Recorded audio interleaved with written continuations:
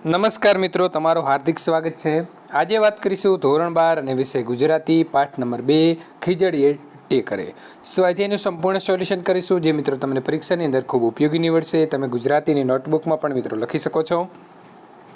આપણી ચેનલની અંદર તમામ સ્વાધ્યાયના સોલ્યુશન મૂકવામાં આવે છે, તો મિત્રો ચેનલને સબસ્ક્રાઇબ કરી બાજુમાં આપેલા બેલ આઇકન ઉપર ઓલ નોટિફિકેશન કરી દેજો। પાઠ નંબર 2 ખીજડીએ ટેકરે। મિત્રો તેના લેખક છે ચુનીલાલ મડિયા। ચુનીલાલ કાલિદાસ મડિયાનો જન્મ રાજકોટ જિલ્લામાં આવેલા ધોરાજીની અંદર મિત્રો થયો હતો। તો ખાસ ઘણી વખત મિત્રો આ જે લેખક જે છે એમનો પરિચય ઉપરથી પણ ઘણા બધા પ્રકારના પ્રશ્નો પૂછાતા હોય છે, તો મિત્રો તૈયાર કરી દેવા। તેની સાથે સાથે જે શબ્દ સમજૂતી આપેલી છે અને રૂઢિપ્રયોગ છે એ પણ તૈયાર કરી દેવા। વાત કરીશું સ્વાધ્યાય પ્રશ્ન નંબર 1, ભોજાએ રહેઠાણમાં શું બનાવ્યું હતું? તો ભોજાએ રહેઠાણની અંદર કૂબો બનાવ્યો હતો। ભોજો કઈ વાતથી દુઃખી હતો? તો દાઢમાં કપડાના અભાવે નાગા પૂંગા બાળકો ઠૂંઠવાતા હતા, એ વાતથી ભોજો દુઃખી હતો।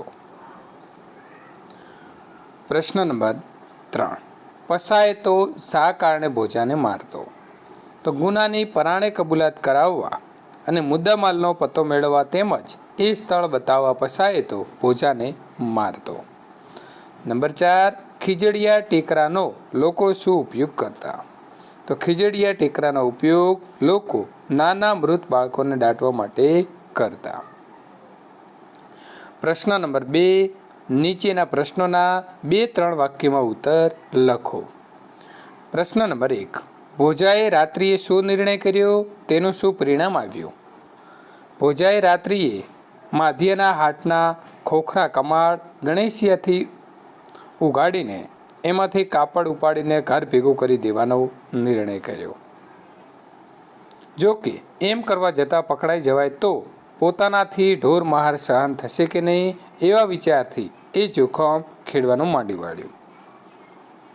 પ્રશ્ન નંબર 2, પોસ્ટ માસ્ટરના જીવનમાં શી ઘટના બની? પોસ્ટ માસ્ટરના જીવનમાં વર્ષો પછી પુત્ર જન્મ્યો। નસીબમાં નહીં હોય તેથી પુત્ર જન્મ્યા પછી મરી ગયો, તેથી તેમણે ભારે આઘાત લાગ્યો।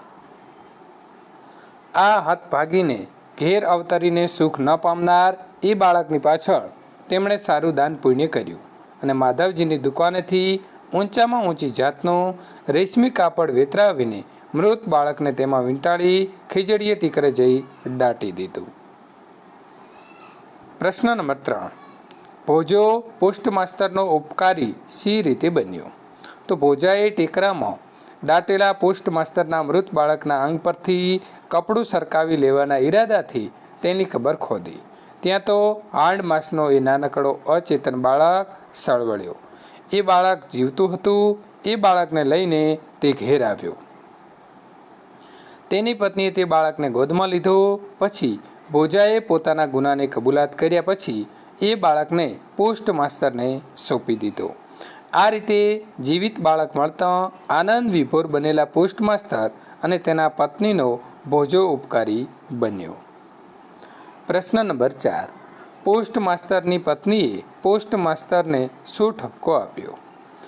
તેનો પોસ્ટ માસ્ટરે શું જવાબ આપ્યો? તો મિત્રો જવાબ લખીશું કે પોસ્ટ માસ્ટરની પત્નીએ પોસ્ટ માસ્ટરને ઠપકો આપતા કહ્યું, હું તો તમને પહેલેથી જ કહેતી હતી કે દાટવા જવાની ઉતાવળ ન કરો। ડાક્ટરને તેડાવીને પાકી ખાતરી કરાવો, પણ તમે માન્યા નહીં। પોસ્ટ માસ્ટરે એમની પત્નીને જવાબ આપતા કહ્યું, આપણા ભાગ્યમાં હોત તો પાછો આવી પુણ્ય નહીં। પ્રશ્ન નંબર 5, ભોજાએ ઇનામમાં શી માગણી કરી અને શા માટે? તો ભોજાએ ઇનામમાં પોતાના નાના નાના બાળકો માટે લુગડાની એક જોડાની માગણી કરી, કારણ કે આ નાગાપૂંગા બાળકોને ઠંડીમાં ઠૂંઠવાતા જોઈ શકતો ન હતો।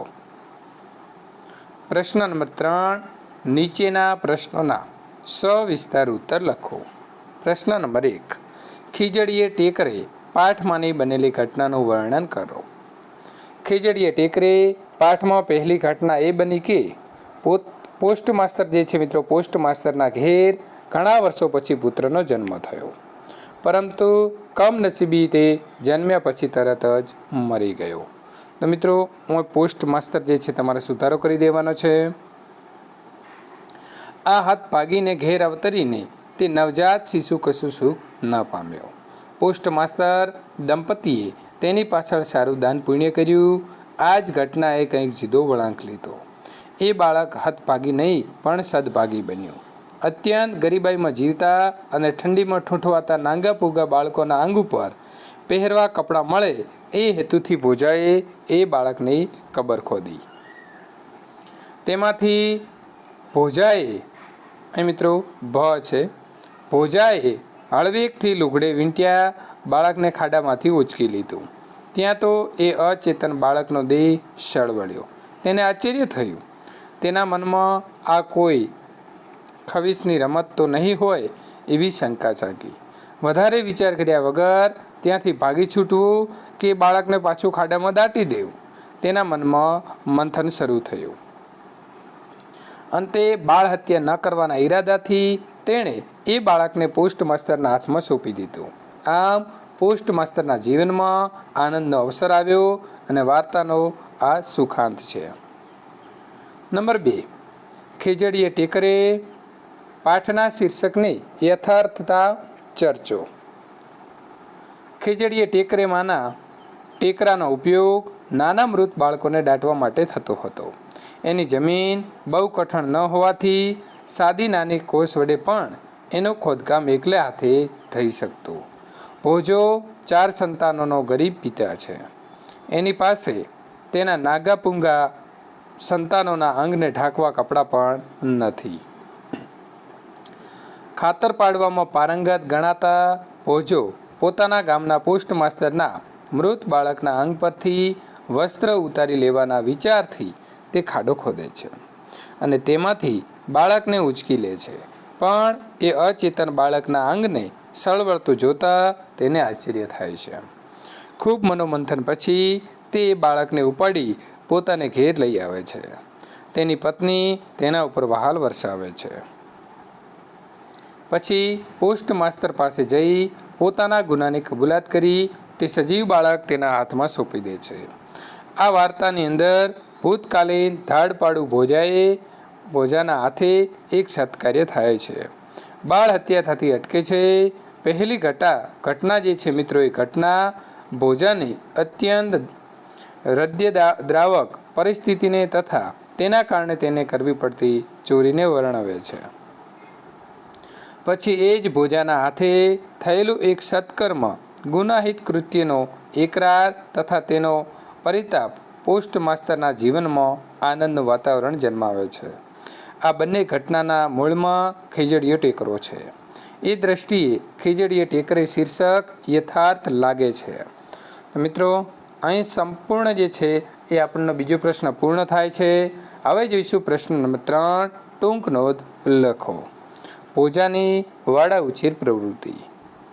ભોજો હિરણા હેઠવાસના પટમાં ખીજડીયા ટેકરાની નજીક દર વર્ષે તરબૂચનો વાડો તૈયાર કરતો.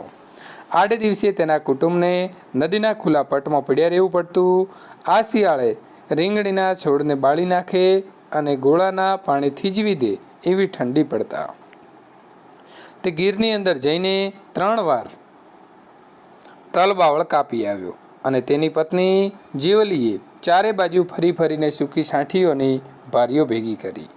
4 દિવસમાં જ પતિ પત્નીએ મળીને 4 છોકરાને ચૂલો સમાઈ શકે એવડો કૂબો વાડા વચ્ચે ઊભો કરી દીધો. હિમવર્ષા વચ્ચે ભોજો સાવ ઉઘાડા શરીરે ઊભો વાડાના છોડને પાણી સિંચતો. પ્રશ્ન નંબર 2. ભોજાએ કરેલું મનોમંથન.